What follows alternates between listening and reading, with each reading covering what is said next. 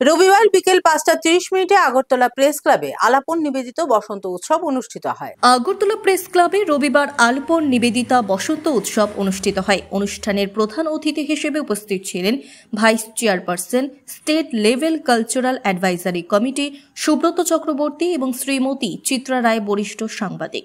অনুষ্ঠানে সমবেত সঙ্গীত পরিবেশন করেন আলাপনের সিনিয়র ও জুনিয়র সঙ্গীত শিল্পীরা।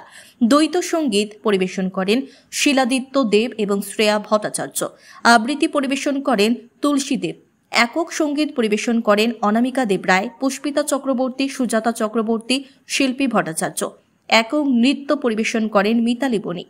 সমবেত নৃত্য আলাপন, উত্তরায়ণা এবং সঙ্গম ডান্স একাডেমি।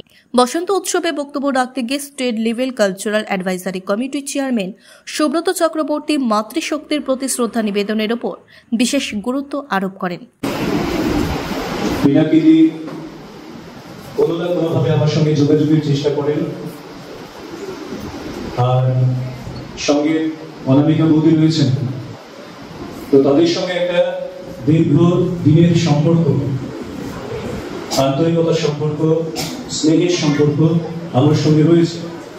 এইটা যেমন একটা বিষয়, তার চেয়ে আরো অনেক বড় বিষয় হলো আলাপন ত্রিপুরা রাজ্যের আমার মনে হয় শুধুমাত্র মাতৃশক্তির দ্বারা পরিচালিত একটি অনন্য প্রতিষ্ঠান, যে সাংস্কৃতিক, সামাজিক এবং পিছিয়ে পড়া মানুষের কল্যাণের জন্য নিরলসভাবে নীরবে কাজ করে চলেছে, ধারাবাহিকতা বজায় রেখে।